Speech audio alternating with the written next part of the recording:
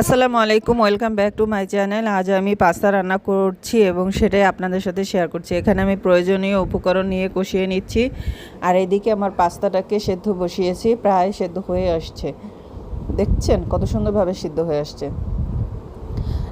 আর কষানো হয়ে গেছে, তাই এখানে সব কিছু দিয়ে আমি এটাকে আরও কিছুক্ষণ রেখে দিব। আর এদিকে আমার পাস্তাটা সিদ্ধ আমি এটা ছাঁকা দিয়েছি, আর এখানে দেখেন এটা ভালোভাবে হয়ে গেছে আমার মশলাগুলো। আর এখন আমি মিশিয়ে নিচ্ছি পাস্তার সাথে, খুব ভালো সুন্দরভাবে মিশিয়ে নিতে হবে, না হলে মশলা ঢুকবে না সব জায়গায়। দেখতে কতটা সুন্দর হয়েছে, খুবই লোভনীয়। চাইলে আপনার খুব সহজেই বাসায় বসে পাস্তা রান্না করে বাচ্চাদের জন্য একটা টিফিন তৈরি করতে পারবেন।